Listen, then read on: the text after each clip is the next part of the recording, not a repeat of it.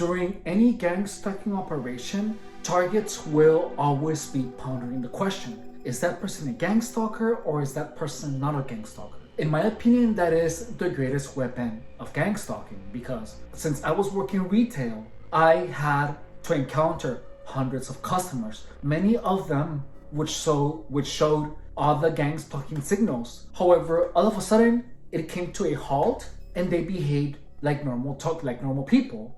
And then someone else would come and then they behave normal, and then all of a sudden there's a gang stalking grin, and the mind of the target is trying to make sense of the person or of the behavior. The target is simply made to break their own mind down by wondering, is that person stalking me? Is this person normal? Because the target really never fully knows. If you're getting targeted and you find yourself continuously confused, what you have to do is teach your mind on how to be completely and utterly indifferent to the behavior of these people. If people are gang stalkers or not has to be something that you feel completely and utterly indifferent towards. And the way that you do that is by simply not paying attention to what these people are doing. It is something that for me personally took me a couple of years to master. And you have to make yourself untouchable to the point where the actions of these people have absolutely no meaning to you. You have to adopt a new perception where you see gang stalkers as being stupid clowns. You have to completely and utterly eliminate the seriousness of your actions in addition to making yourself untouchable. How you make yourself untouchable, for example, when I was working at the O'Reilly Auto Parts in Imperial Beach, I should have put all my belongings, my phone, anything that could be hidden or moved in a backpack, and I should have had that locked and have that key in my pocket. If I would have done that from the very first day where I realized that I was getting gang stalked, I would have never had half of the problems that I had working in that store. Additionally, if you're getting gang stalked, you have to prioritize being well rested and being incredibly watchful about any type of psychological disturbances or any type of ideas that can possibly lead to self-destructive behavior that gang stalkers will try to impose on you. For example, during my gang stalking operation, one of my weaknesses during it was illegal substance consumption and sex. The moment that I wasn't aware that these were my two weaknesses that were being heavily exploited by gang stalkers, I was manipulated by many people into engaging in these type of activities that led me to self-destructive behavior. I had at least 30 people casually dropping in messages that included unsolicited pictures of private parts, paraphernalia, substance abuse, and these were only ideas that were brought into my attention without any type of context. I had people not even say hi to me. They'd simply just put the word PNP, or they just put the word sex, or they just put the word smoke or an emoji that was smoking.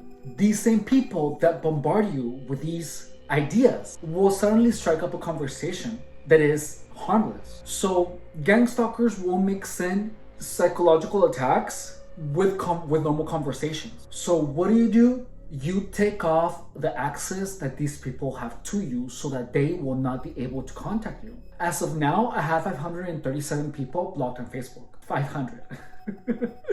Additionally, you have to train your mind to be completely indifferent towards the gang stalking signals, towards the gang stalking grin, towards anything that gang stalkers have tried to sensitize you to. And I don't mean just outwardly have no reaction, but you have to be able to not have any type of psychological disturbance. Look, let me explain to you what being indifferent towards gang stalking activity is. When you have a gang stalker do this, I know it looks silly, but that's exactly what gang stalkers do.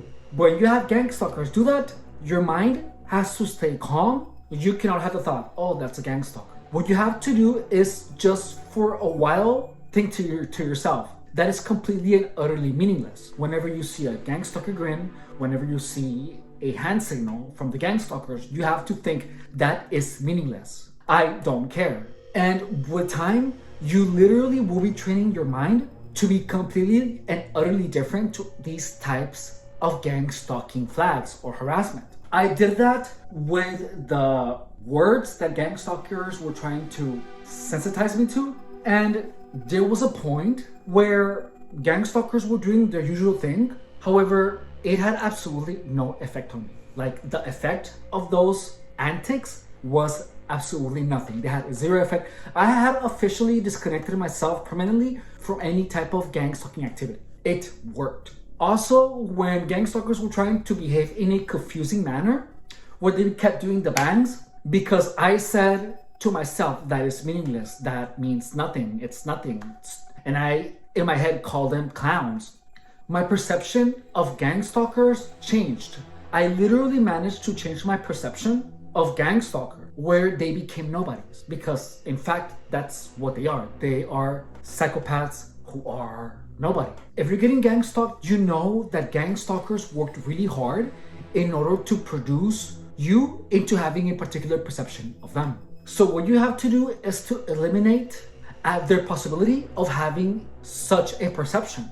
And that means you having utter and ultimate control of your psyche. What they do, what they say, how they behave, their antics, their insults have to be completely meaningless and useless. There was a point where gang stalkers called me the FAG word. And it took me a while to learn how to be stronger than that. But getting gang stalked has a benefit that no one talks about. And that is that it makes you tough as hell. Where it takes literally more than a ton of people to curse you in order for you to feel anything. And it took me a while to develop this tough skin.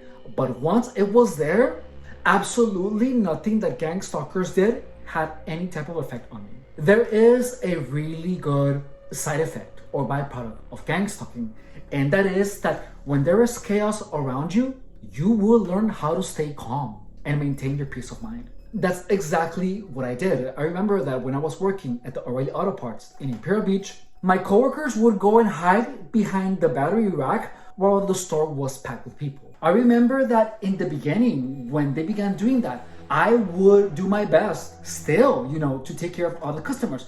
And let me tell you, I did an amazing job at working my ass off. And the only reason that I did that was because I knew that being put under that type of pressure would end up benefiting me. Because I knew that I would get tough as hell and that I would be able to withstand any type of chaos. And guess what happened? I was able to withstand incredible chaos. There was a time where there were 4 people on the clock, including myself. The store was packed. I was the only one at the front counter. And I remember that a customer told me if I would be under that type of pressure, I would be shaking. A customer told me that. And what I told her, I was like, oh, well, I'm used to it. And that's the truth, is that I was used to having my coworkers purposely put so much pressure on me delivering. But then I came to the realization to not kill myself over how busy the store was, because I only was responsible of my job, not of everyone else's job. So I stopped trying to do everyone else's job. But for about a year and a half, my coworkers, including the boss, the general manager, her, would go hide in the back while I was in the front counter by myself with a store full of people. And it gets even worse because they would begin laughing while they were back there. The intent of malice of these people was undeniable. But all of that got to a point where I was like, I'm only gonna do my job and I'm gonna match the speed and the productivity of everyone else. And the moment that I did that, everyone else was forced to do their job. I was harassed in that store for the entire 3 years that I was working there. It was such a disturbingly toxic environment that you would have to see to believe. And in the beginning, because I didn't know any better, I would literally just kill myself to give the best possible customer service that I could. And I did that. If you're getting harassed at work, don't make the same mistake that I did. Pay attention to the level of productivity of everyone else and match it.